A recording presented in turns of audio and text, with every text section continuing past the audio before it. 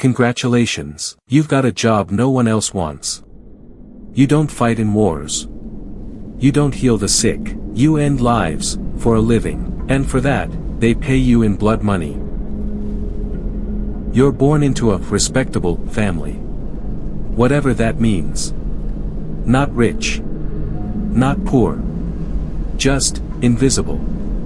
No one invites you over. No one looks you in the eye. Because in your family, we don't talk about the job. We sharpen the tools. We hide the truth. We eat dinner like nothing's wrong, while father's hands still smell like burnt flesh. At age 7, you finally ask, why does everyone hate us? Your mother sighs. Your father laughs. And then he tells you the truth. We're not blacksmiths. We're not farmers. We're not priests. We're executioners. Torturers. Interrogators. We keep the city clean, by getting our hands filthy. You blink. Not because you don't understand. But because deep down, you do. Your father doesn't teach you with books. He teaches you with bodies. The first lesson isn't how to kill. It's how to make people talk. Because before the sword comes the scream. You start small. Cleaning the scaffold. Scrubbing blood from wood with vinegar and prayer.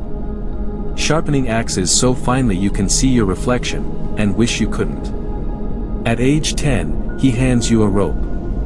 Not to tie knots. To hang dummies, then real prisoners. Your hands blister. Your arms shake. But the worst part? You start getting good at it. You don't go to school. You go to the dungeon. Where your classmates are rats, and your homework screams. Every time someone confesses, true or not, your father nods. See? We don't need truth. We just need results. And payment always comes on time. Neatly stacked coins. That's blood money. You're 16. Old enough to know better, young enough to still hope this isn't your future. But hope is a luxury blood money can't buy. The prison reeks of sweat, vomit, and something worse. You follow your father down the stone steps, every footstep echoing like a countdown. Man strapped to the chair is barely older than you, accused of theft. No trial, no defense. Just your hands, and the tools. Father watches from the shadows. No words, no mercy. Just a nod. You pick up the pliers. Same ones your father used for decades. The same ones you once imagined throwing into a river. But your job isn't to find truth. It's to extract confession. And confession has a cost. Then you hear it. The door creaks behind you. City official, a priest, a soldier, watching, judging, waiting. You understand now, you're not just killing a man. You're proving you can be trusted with their dirty work. You close your eyes, and pull. The scream that follows will haunt you for the rest of your life. But it earns you your first full payment. It finally happens on a cold morning, like any other. You're brought a prisoner, a woman this time. Mid-30s. No records. No past. Accused of heresy for reading banned scripture. She doesn't beg. She doesn't scream. She just stares at you, not with fear, but pity. And that's what rattles you. For the first time in years, your hand hesitates. Just for a second. You go through the motions. One broken finger. 2 teeth. But something in you pulls back. You try gentleness. You hint at what she should say.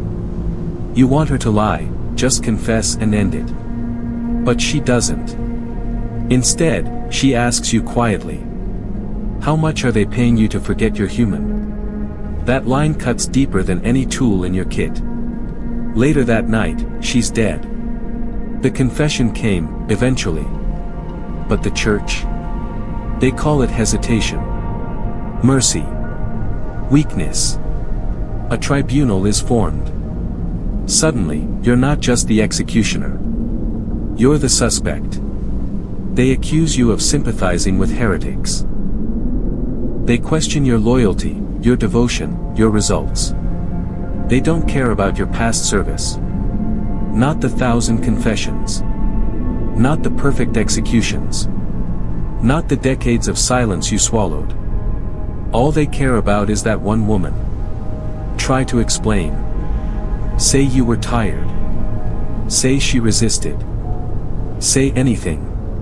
But it doesn't matter. They don't want an explanation. They want assurance.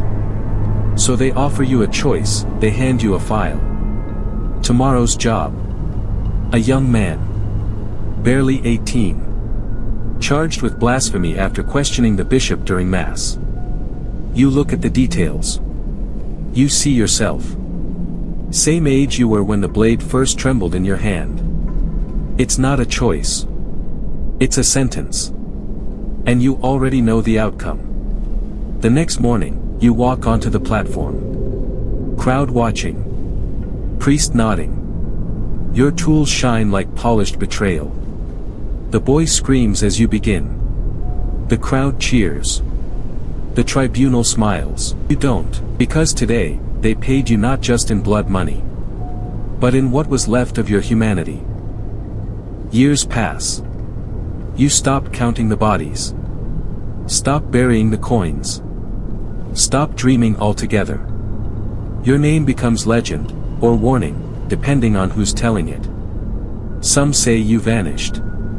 That one night, you walked out of the dungeon and never returned. Others say you were executed quietly, your own tools turned against you. A few believe you're still alive, hiding in the hills. Watching the city lights flicker like dying embers. Waiting for the next poor soul to pick up your blade, but the truth. No one knows. Because the scream stopped. The scaffold rotted. And the blood money never stopped flowing. Maybe you're dead. Maybe you escaped. Or maybe, just maybe, you're standing behind someone right now. Waiting for them to flinch.